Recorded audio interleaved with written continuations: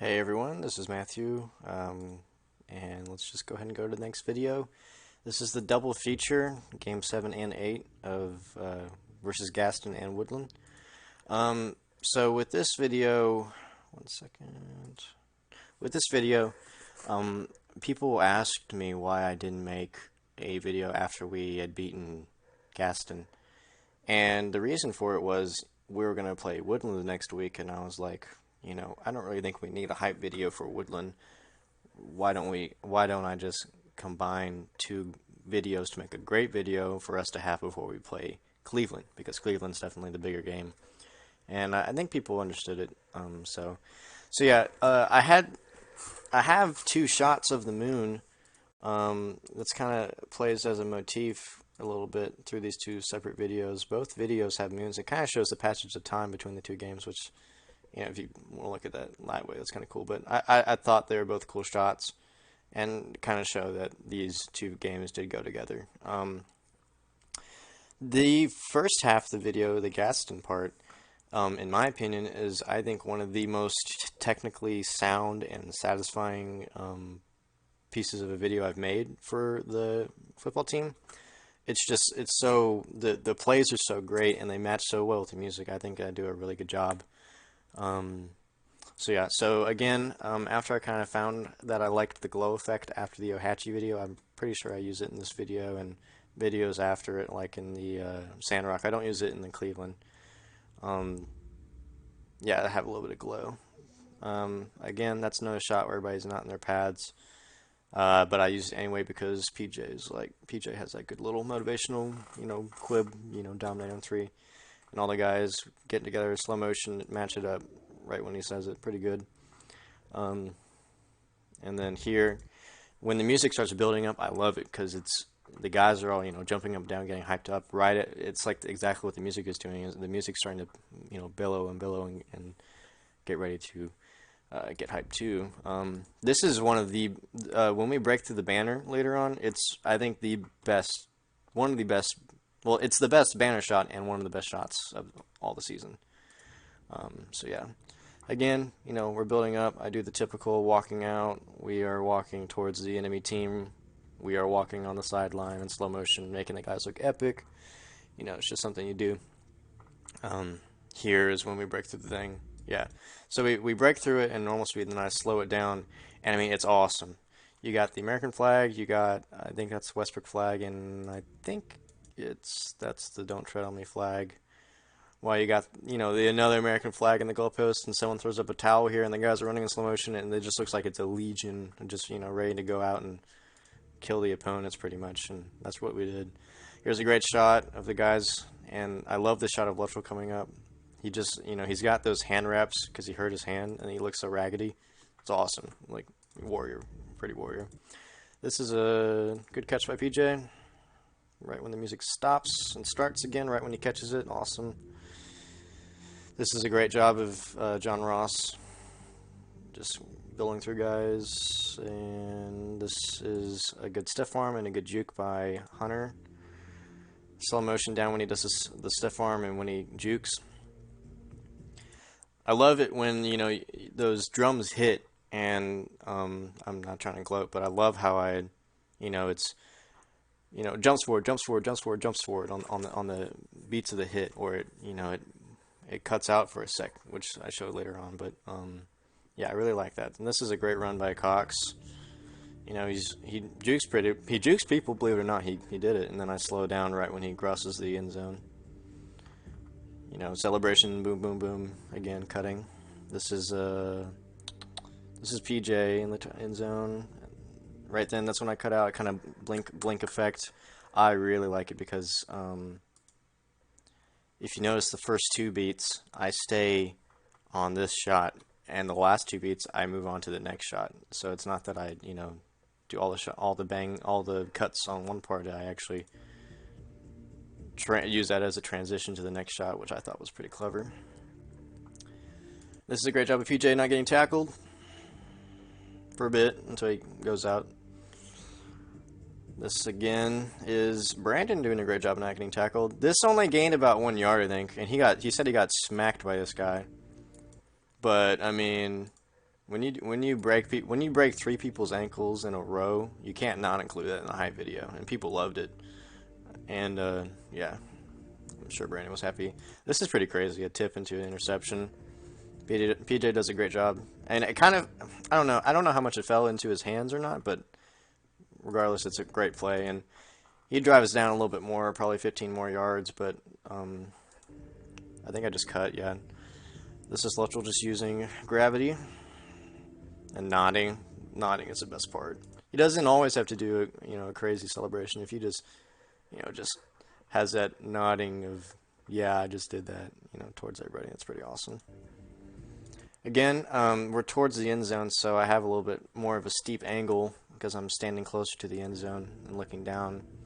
That way I can get some great shots if people run right next to me. And this is just a breakaway that Hunter has. And the music's getting higher and higher and higher as he runs away, and then it fades, and then it cuts when the beat drops, and he celebrates a little bit. And the rest of these are just sacks or tackles for losses, and Carmichael running a good bit.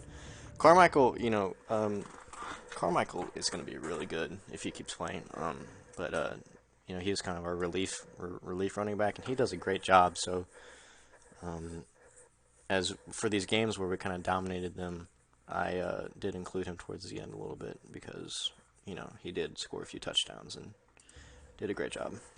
And he's gonna be great, man, if he keeps it up. Okay, so I want to talk about this this shot right here. No one has mentioned this to me yet, and I'm a little disappointed because I don't know if they're not recognizing it or they just don't think it's that cool. And I thought it's not that cool, but it's a little thing that I did. So if you know how the layout of the field house into the field house doesn't just open up and you're right there where the guys are.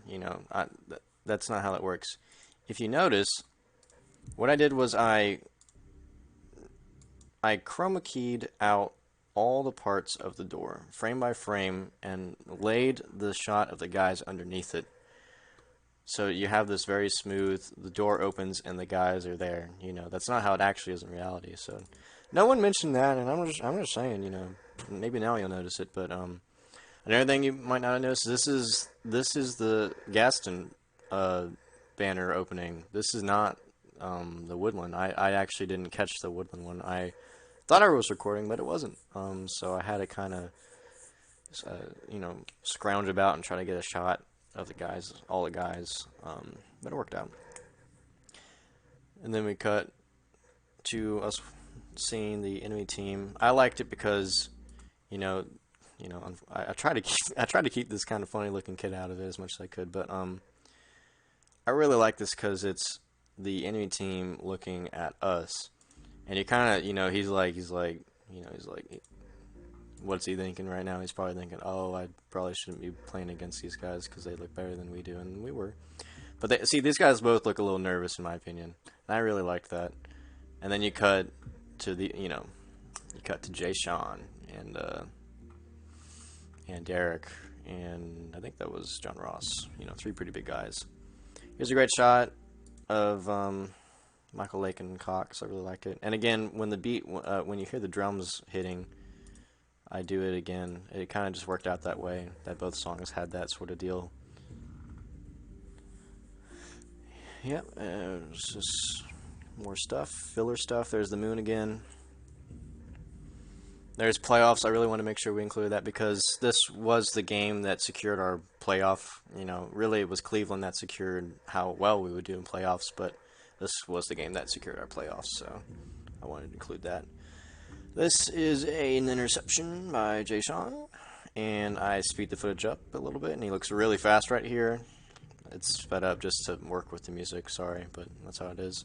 I love this part where I use velocity. There's in editing programs you can use velocity, which is a smooth transition of speed in a video. So instead of just cutting and having one clip normal speed and then cutting and having the next slow motion, you can use velocity to smooth out that speed transfer. So here when he throws it, the velocity is normal, and then it slows down to 0%, and then I cut away for a bit to have it black, and then it speeds back up when the music picks back up, 0 to 100% right there. It's not a cut, it's a gradual, albeit fast, gradual transition of speed.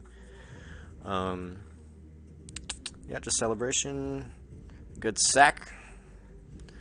This is a great tackle by, that's two good plays by Gaston on the row, I think. They called that horse collar, and I'm pretty sure it's not. Hold on, this looks bad. No, that doesn't look much better. If you notice, you probably can't notice, but hopefully you don't see it, but there's this weird squiggly effect, and it's called, I forgot to interpolate the fields, which is just, you know, some term, but I forgot to do it for this video. So all the sped up and or slowed down stuff has this weird squiggly effect. It's really annoying, and I'd have to re-edit, or I mean re-render the whole high video, and you know, no one's gonna notice it until you watch these videos. It's really only for the sped up stuff. Sorry, not the slow motion stuff. But yeah, they called that horse collar. Right after she starts singing up, you see the flag come in here and just kind of land right there. So I made sure not to include that because it wasn't. I don't think it was horse collar, and I don't think the coaches thought it was either. So I wanted to include it because it's an awesome looking play. Hunter running. That's sped up a little bit, I think, but because it wasn't zoomed in or zoomed out, it doesn't have the squiggly effect. And the reason I use speeding up or slowing down for stuff is to make sure the stuff works in the amount of time that I have to work with, meaning the song. You know, I don't do it to make the guys look faster. It's to make sure that the stuff works, and I still get as much of the clip as I want in. You know, I don't want to cut out any information that I want to keep in. So this is just us driving down the field. This is the great pass to Ryan. And it works out real well because Cox threw to Ryan deep twice, and this song has two drops at the very end. One you just heard, and one later, so it works out pretty well. I just, you know, did both the Ryan passes. Again, you know, just there's Carmichael. Include him. John Ross just running through guys, as he does. That wasn't a touchdown. I think it got stopped. And here's the second pass to Ryan. It's like deja vu, really. I don't think that one didn't go for a touchdown, I don't think, but the rest of it's just a little supplementary footage I have because I ran out of footage. And then you have the War Dog chant that I kind of, you know, it's an awesome part of the guys being a team. So I wanted to use that as much as I could because there weren't many things where we're, you know, as a team, you know, literally as a team where everybody was saying something or everybody was in a shot. So I wanted to use it, and I used that in the Sandrock video as well.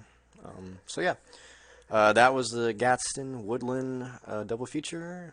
Thanks for watching.